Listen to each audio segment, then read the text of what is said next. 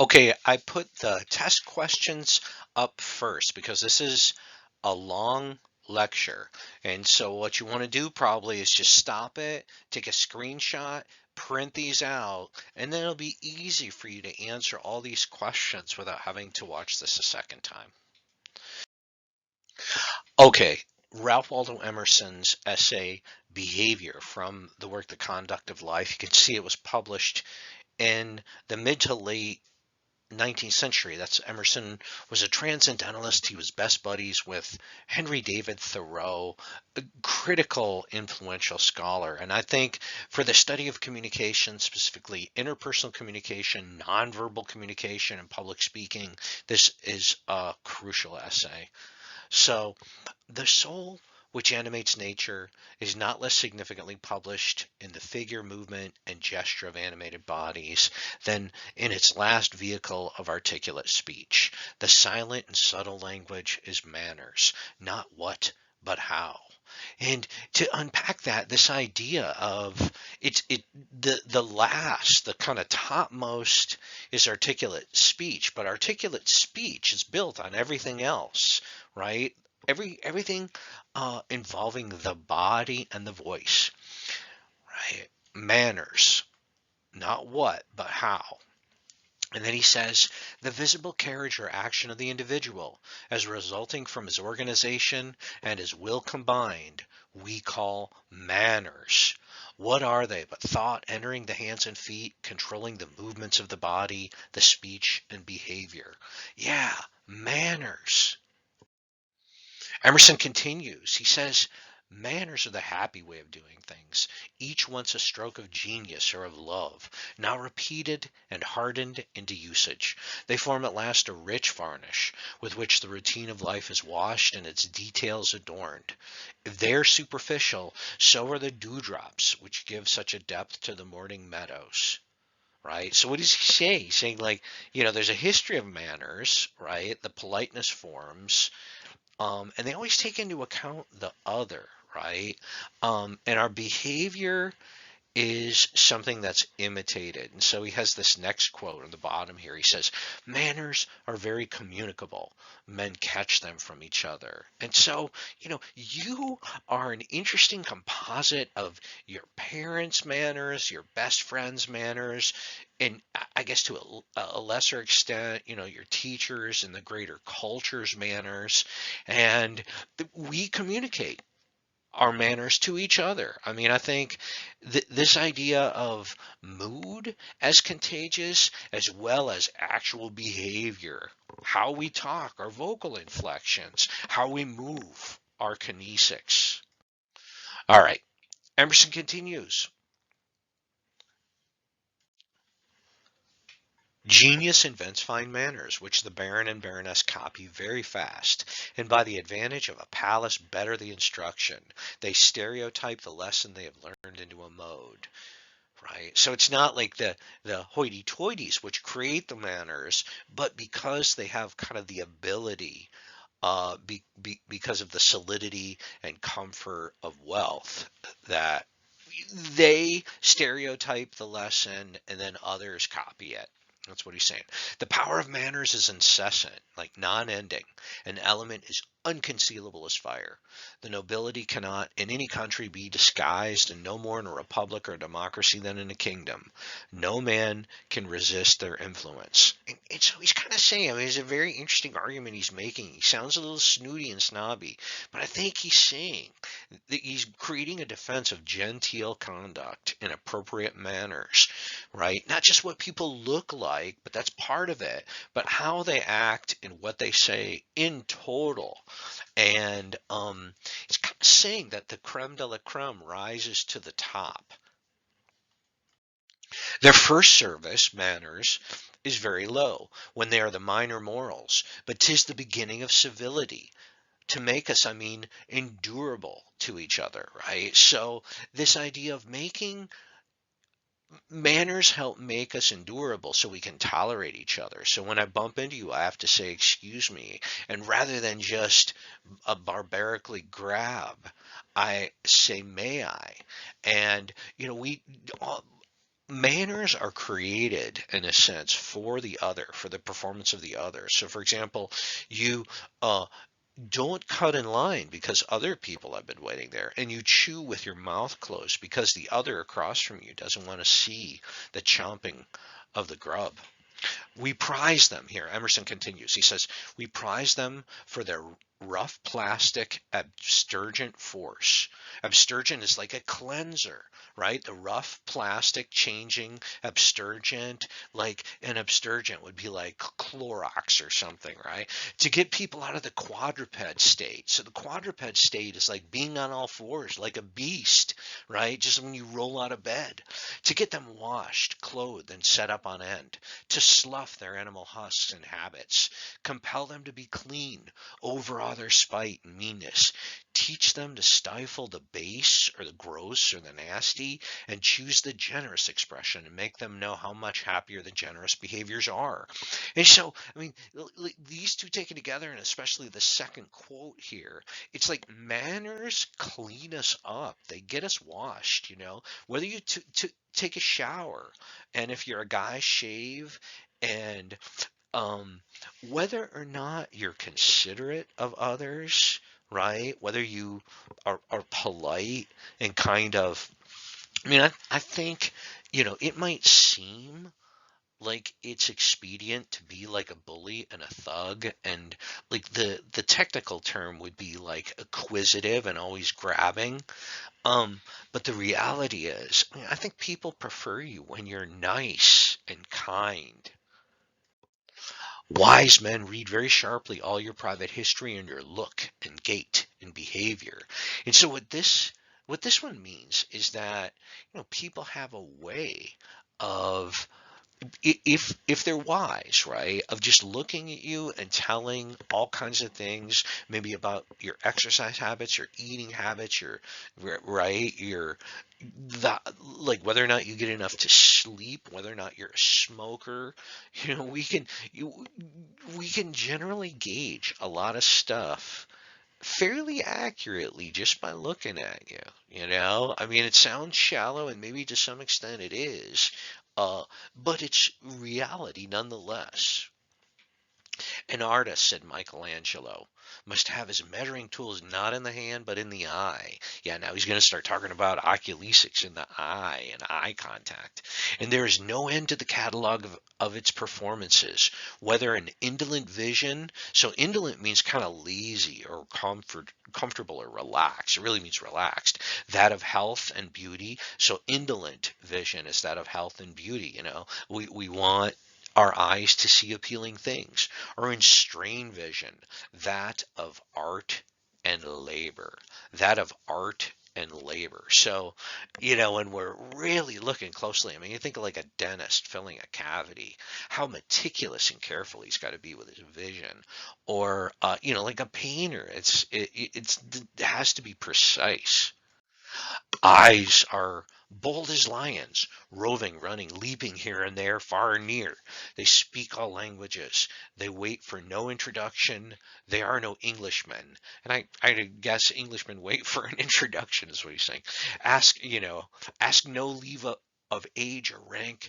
They respect neither poverty nor riches, neither learning nor power nor virtue nor sex, but intrude and come again and go through and through you in a moment of time, right? Those are the eyes when he's talking about eye contact. I mean, we see you and you see me, right? What inundation or flood of life and thought is discharged from one soul into another through them. The glance is natural magic, the mysterious communication established across a house between two entire strangers move all the springs of wonder. Do you believe in love at first sight? Certainly seeing something. I mean, that's why they say seeing is believing. The communication by the glance is in greatest part not subject to the control of the will. It is the bodily symbol of identity of nature. We look into the eyes to know if this other form is another self, and the eyes will not lie, but make a faithful confession what inhabitant is there. Like when the teacher is asking a question, you don't know the answer, you don't want to be called on, so you avert your eyes, right? Ooh, you got to be careful with your eyes. You don't want to look at the wrong person for too long in the wrong place. You know, you're in some hick bar or something looking at somebody's girlfriend, you get beat up. All right, the second quote here. The eyes of men converse as much as their tongues, with the advantage that the ocular dialect needs no dictionary, right? The kind of eye, the way the eyes speak needs no dictionary, but is understood the world over, right? It's natural. When the eyes say one thing and the tongue another, a practiced man relies on the language of the first. If the man is off his center, the eyes show it. You can read in the eyes of your companion whether your argument hits him, though his tongue will not confess it. There is a look by which a man shows he is going to say a good thing, and a look when he has said it. Right? Vain and forgotten are all the fine offers and offices of hospitality, if there is no holiday in the eye. How many furtive inclinations avowed by the eye, though dissembled by the lips. So what these three quotes all say is, hey, you know, if it's a choice between the mouth and the eye, we believe the eye, right?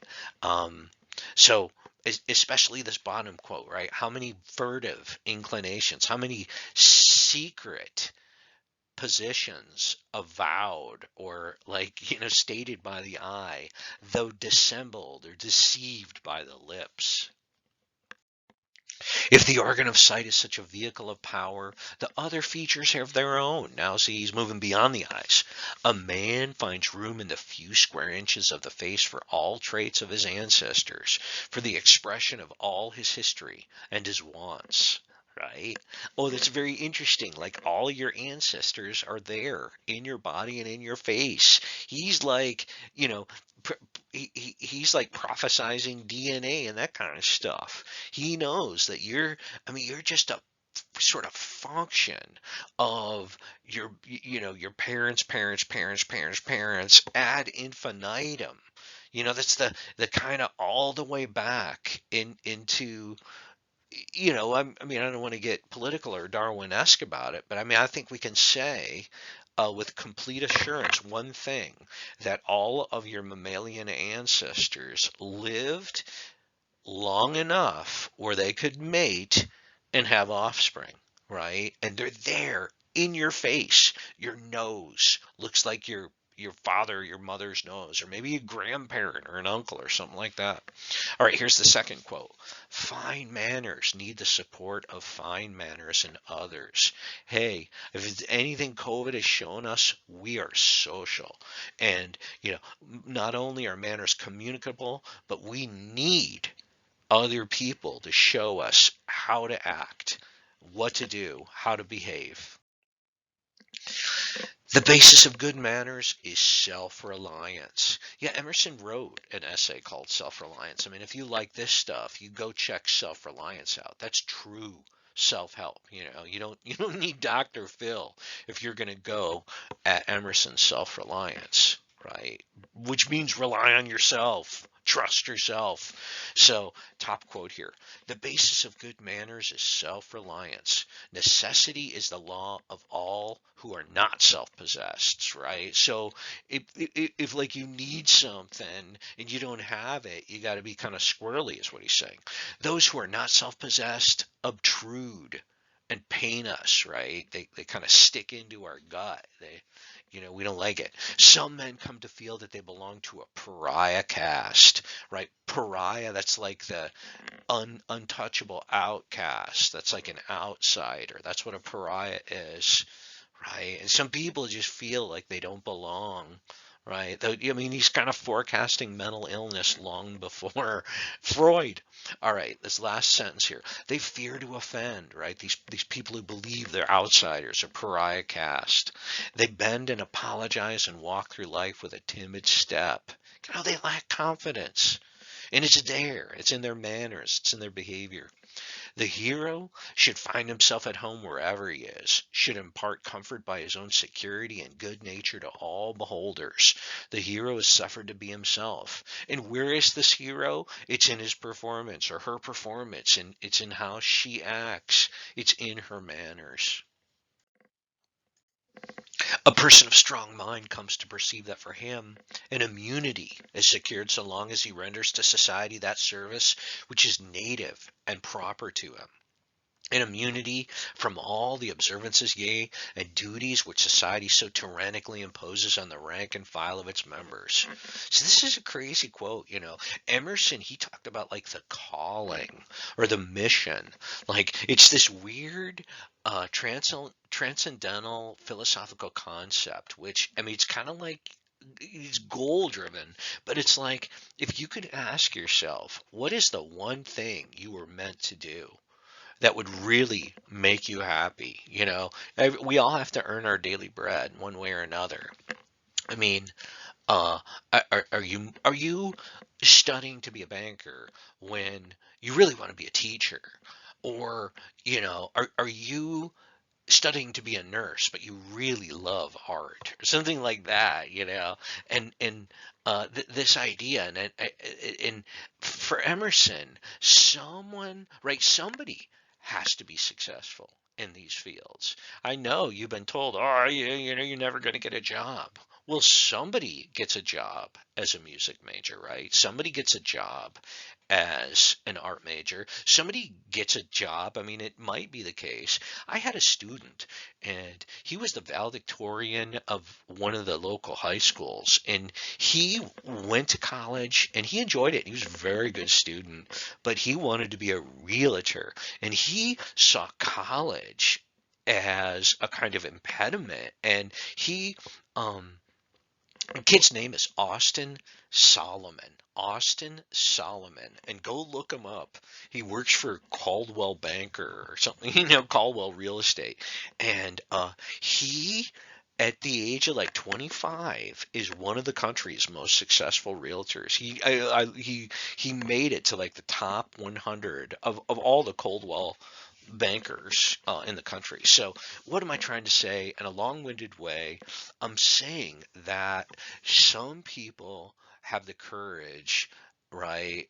And it's a heroic courage to kind of fulfill their mission. And in that way, it gives them an immunity where they don't have to sort of be and do what everybody else is being and doing. So, all right, I'll move on.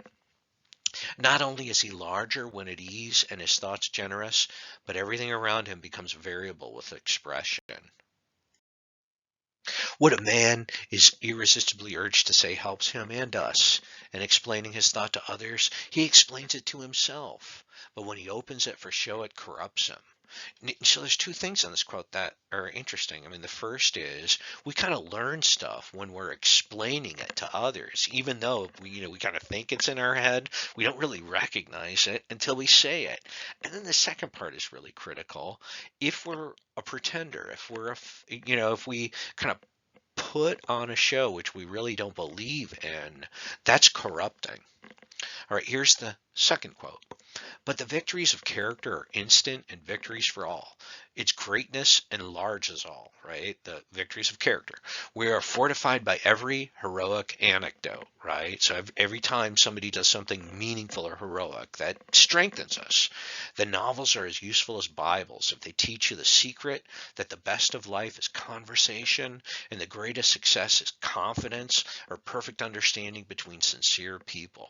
And so how does that arise? Well, through manners and communication. If we're nice to each other and we can communicate and dialogue and tell each other things and tell each other stories, that's the best we can hope for. In all the superior people I have met, I notice directness, truth spoken more truly, as if everything of obstruction, of malformation had been trained away, right? So authenticity, that's the word, right? Being direct, truth spoken more truly. All right, second quote. Between simple and noble persons, there's always a quick intelligence. They recognize at sight and meet on a better ground than the talents and skills they may chance to possess, namely on sincerity and uprightness. So he likes that. You want to be sincere, you want to be upright. All right, so this is a kind of a rather long passage, and I'll read it, but I'll set it up.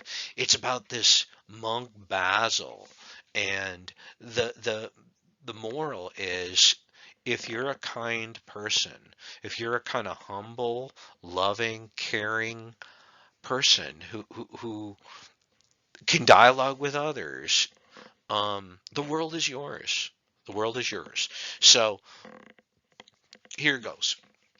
It is related of the monk Basil that being excommunicated by the Pope, he was, at his death, sent in charge of an angel to find a fit place of suffering in hell.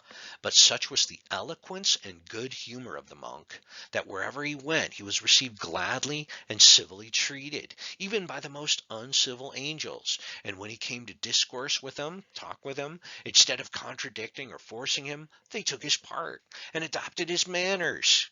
And even good angels came from far to see him and take up their abode with him. The angel that was sent to find a place of torment for him attempted to remove him to a worse pit, but with no better success. For such was the contented spirit of the monk, that he found something to praise in every place and company, though in hell, and made a kind of heaven of it. At last, the escorting angel returned his prisoner to them that sent him, saying that no phlegethon or demon could be found that would burn him, for that in whatever condition Basil remained incorrigibly Basil. Incorrigible means unchangeable. The legend says his sentence was remitted and he was allowed to go into heaven and was canonized a saint. Well, the moral of the story is, even if people kind of treat you in a way you don't want to be treated, if you're like nice and forthright and kind of caring and loving in your manners, right? A kind of humble, a humble care. Well, you'll win the day. How much we forgive to those who yield us the rare spectacle of heroic manners. We will pardon them the want of books, of arts, and even of the gentler virtues. How tenaciously we remember them. And so, yeah, I mean, it doesn't matter. They don't have to be well studied. They can even have other vulgarities that we might overlook, but there's just something about the heroic, right? That is kind of what? Unchallengeable. It just wins us over. All right, second quote. I have seen manners that make a similar impression with personal beauty, that give the like exhilaration and refine us like that. And in memorable experiences, they are suddenly better than beauty and make that superfluous and ugly. Superfluous means unnecessary, but they must be marked by fine perception, the acquaintance with real beauty. This idea that the manner or the form outweighs what it looks like. It's like, I mean, we've all met people who are very physically attractive, but their personalities are like jellyfish, they're ghoulish. And this idea that on some level, I mean, it helps when there's a kind of mixing with the aesthetic or the personal beauty and the manner. I think that's what he's saying. It's not necessarily one or the other. Like the highest form is a kind of combination of both. All right, last quote. They must always show self-control. You shall not be facile, right? Or too easy, apologetic or leaky, but king over your word. And every gesture and action shall indicate power at rest. Then they must be inspired by the good heart. There is no beautifier of complexion or of behavior like the wish to scatter joy and not pain around us. Isn't that wonderful? There's no beautifier of complexion or behavior like the wish to scatter joy and not pain around us. Every hour will show a duty as paramount or as significant as that of my whim just now, and yet I will write it, that there is one topic peremptorily forbidden. Peremptory means of necessity, right? So if it's forbidden, you can't talk about it, right? That there's one topic peremptorily forbidden to all well-bred, to all rational mortals, namely their distempers, or their like their ill feelings, right? So what he's saying is don't complain, don't bitch too much. If you have not slept, or if you have slept, or if you have a headache or sciatica, right? That's like there's a I had sciatica. It's this uh I don't even I guess it's a nerve by your hip, and oh man, I had to go to a physical therapist, terribly painful, right? Or leprosy or thunderstroke. I beseech you, right? I beg you, by all angels, to hold your peace and not pollute the morning to thoughts by corruption and groans. And so what he's saying in this first quote here is, hey, don't bring us down with your complaining. All right. The second one, come out of the azure, right? The blueness. Love the day. Do not leave the sky out of your landscape. The oldest and the most deserving person should come very modestly into any newly awaked company, respecting the divine communications, out of which all must be presumed to have newly come. An old man who added an elevating culture to a large experience of life said to me, when you come into the room, I think I will study how to make humanity beautiful to you.